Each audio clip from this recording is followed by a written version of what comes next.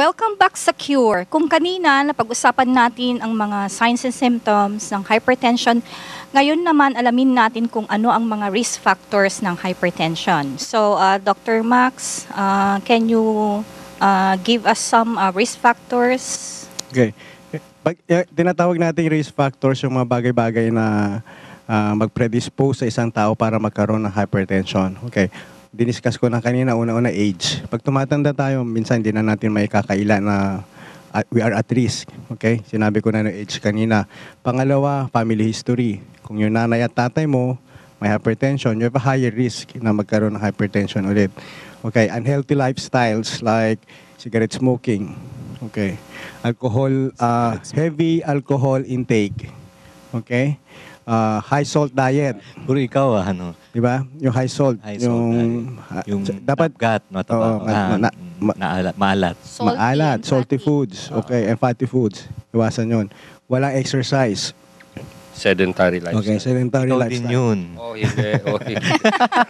Tsaka maliban dyan, yung mga ibang sakit like kung may diabetes ka, higher risk. Tsaka yung mga mataas na cholesterol. Nakaka-contribute din yun. Tsaka mataba. So hindi totoo Obesity. hindi totoo yung pag nervyoso ka mataas ang blood pressure mo na sinasabi nila. Actually, stress mismo is a risk factor. Chronic stress. Yung didiscuss natin kanina, acute stress. So pero kung chronically stressed ka, you're also predisposed to hypertension. Pero lahat ba ng mga high blood matataba? Or pwede kang Hindi. payat ka, tapos high blood ka pa Oo, rin? hindi naman. Diba? Mas high risk lang yung mga matataba na magkaroon ng hypertension. So Okay. hindi hard fast rule na pag mataba ka, High blood ka, hindi naman. So, Doesn't walang follow. relationship. Oh, hindi naman. O, sige. So, let's say, kunwari, high blood, you have all the risk factors, and then na-diagnose ka, hindi siya nagamot, what are the possible complications ng hypertension? Okay, una-una ang komplikasyon sa puso. Okay, pwede magkaroon ng heart failure. Okay. Minsan, una yan, pag mataas yung blood pressure mo, lumalaki yung puso. So maraming mga pasyente natin, pinapa-x-ray natin o na-ECG, nakikita, lumalaki yung puso nila. And eventually, pag hindi na-correct yan, pwede magkaroon ng mga komplikasyon like arrhythmia or heart failure. So una-una sa puso.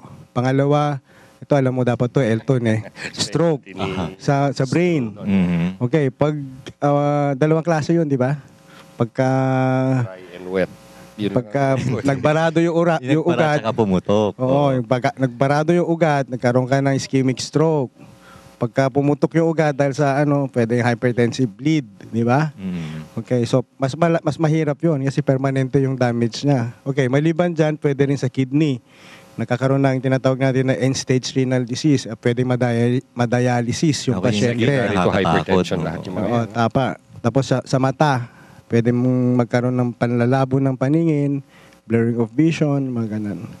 So, nakakatakot talaga pala ang mga komplikasyon. No? Oo nga Imagine mo yung mga major organs, di ba? Heart, brain, and kidneys, at saka yung mata mo. Di ba? Madami pa. At madami-dami pa. Pero pinakakatakot siguro dun yung kapag na-heart attack ka nga, di ba? At saka yung stroke. At Mas saka siyempre nakakatakot pag ba, stroke? Oo. Oo. Ayoko din ma-dialysis, di ba? Oo. Mas nakakatakot yung Sino magastos gusto? pa. Oo, kasi parang pag nagda-dialyze ka, parang unti-unti kang pinapatay, di So, ba? anong mas Dahan-dahan. gusto mo? Ayoko din naman sa mata. choosing between the devil and the deep And then blue let's sea. prevent hypertension na lang. Oh, Siguro yun. yung Para hindi pinaka- mangyari yung mga kinakatakutan natin. Oo, napag-uusapan natin mamaya, di ba? Meron akong tanong dito galing actually to kay Direk Sed. Kasi di ba palagi siyang napupuyat, sa kakadirek, iba't ibang show ang dinedirect na dito sa core. So, ang tanong niya, kapag palagi ka bang puyat, pwede ka bang ma-high blood? Kasi yung puyat, stress din yan So sabi ko nga, So, kung direct. chronically stressed yung isang pasyente, stress is a risk factor. So pagpupuyat is a form of stress. So dapat yan, kailangan din magpahinga later on. Kaya mukhang after. na-stress dati si Direk Kasi cut Napansin. ng cut. At siya nangkat. Na-stress siya. Ng cut. Ikaw yata may tanong ka pa manang, di ba? Ay, oo. Sa mga babae pala, yung mga mothers, yung mga expectant mothers pala, yung mga buntis,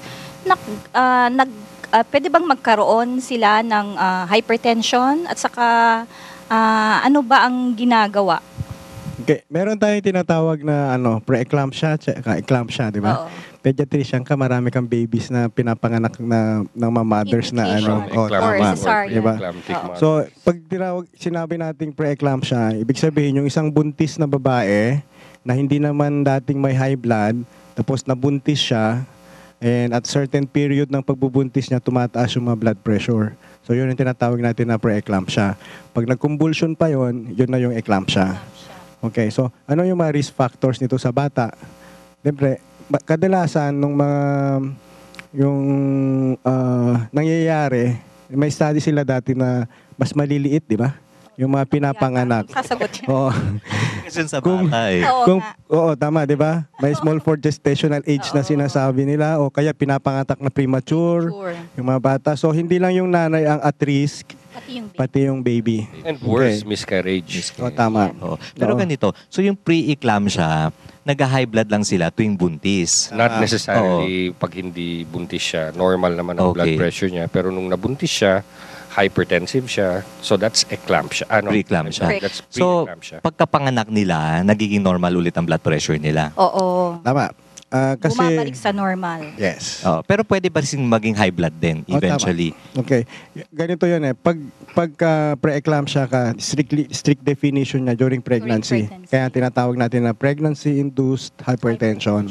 Okay. Pag nanganak na yon, kasi isang reason pa nga kung bakit minamadali yung pag-deliver nung nanay para kaya hindi makontrol yung blood pressure niya, di ba? So pag panganak niya, expectedly dapat in a few days, bababa na rin yung blood pressure niya.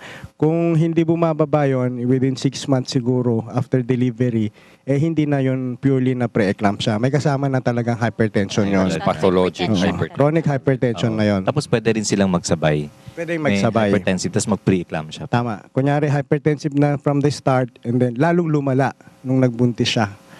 May Okay. pagkakaiba ba ang treatment ng expectant mothers with hypertension, pre-eclampsia and normal people with hypertension? Oh, kasi may mga ibang gamot. Dalawang i-consider natin na gagamutin doon eh. Yung nanay tsaka yung bata.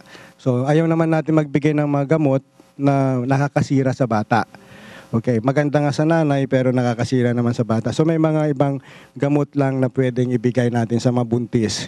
Tapos, ang isang issue pa dyan, hindi natin pwedeng, minsan, hindi natin pwedeng pababain na masyado yung blood pressure ng buntis na nanay. May Dahil limit walang din yun. mapupunta dun sa baby. Oo, kasi wala nang dadaloy na dugo. Sa baby.